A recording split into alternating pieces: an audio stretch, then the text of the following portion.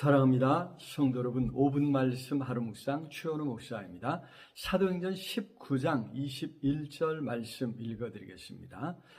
이 일이 있은 후에 바울이 마게도냐와 아가야를 거쳐 예루살렘에 가기를 작정하여 이르되 내가 거기 갔다가 후에 로마도 보아야 하리라 하더라. 아멘. 세 번째 전도여행을 시작하면서 생각지도 않게 사도 바울과 그 일행은 소아시아로 다시 가게 되었습니다. 물론 처음에 갔었던 곳을 다시 갔던 것은 아니었습니다. 바울이 찾은 곳은 2차 전도여행 때 하나님의 뜻이면 너희에게로 돌아오리라 했던 바로 그 에베소였습니다. 자, 바울은 에베소 지역에서도 먼저 유대인의 회당을 찾아서 예수 그리스도의 복음을 전했지요. 그랬더니 많은 사람이 복음 듣기를 사모했습니다. 하지만 여기서도 유대인들이 방해했습니다. 그래서 바울은 거기 유대인의 회당에서 나와서 두란노 소원을 빌려 거기서 날마다 말씀을 강론했습니다.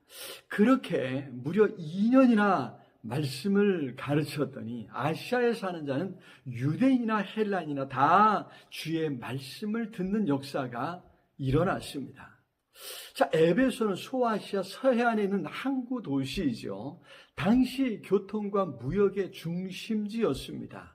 그래서 아시아의 보고라 불릴 만큼 번창한 도시였습니다. 더구나 에베소에서는 세계 7대 불가사의한 건축물 중 하나로 꼽히는 아데미 여신을 섬기는 거대한 신전이 있었습니다. 그런 신전을 가졌기에 종교적으로도 중심지였던 것입니다. 자, 그렇게 사람들은 여러 가지 일로 에베소를 찾았습니다. 일을 구하려거나 관광을 하려거나 아데미 여신에게 행복을 기원하고자 에베소를 찾았던 것입니다. 그런데 그렇게 에베소에 왔던 사람들이 두란노 소원에서 복음을 듣게 되었던 것입니다. 그렇게 복음을 들었던 사람들이 볼일을 끝나고 자기 고향으로 돌아갈 때쯤엔 그들은 이제 예수를 믿는 그리스도인이 되어 있었던 것이지요.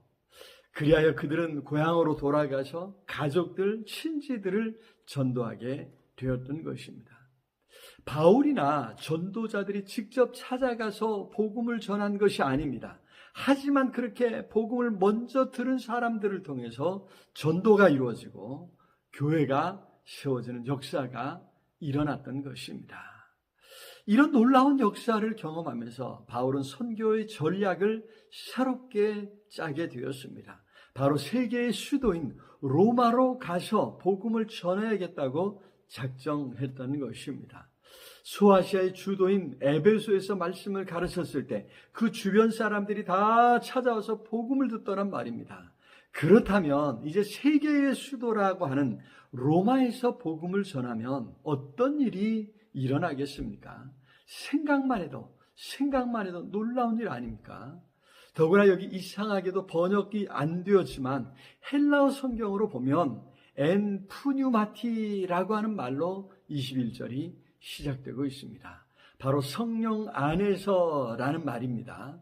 그렇습니다. 바울이 성령 안에서 다음에 어떻게 복음을 전해야 할지를 계획하고 작정했다는 것입니다. 성령께서 이 일을 친히 주관하신 줄로 믿습니다. 그리하여 바울로 이러한 비전을 갖게 해주신 것입니다. 성령 안에서 품은 바울의 선교 비전이었던 것입니다. 사실 오늘까지도 선교사들이 도시에 머물면서 현지인들을 전도하고 그들을 훈련해서 주변 각지로 보내는 선교 전략이 여기서 시작되었던 것입니다. 오늘도 성령께서 우리의 걸음걸음 인도하시는 줄로 믿습니다. 특히 복음을 전할 때 그 전도자들의 발걸음을 인도해 가시는 것입니다.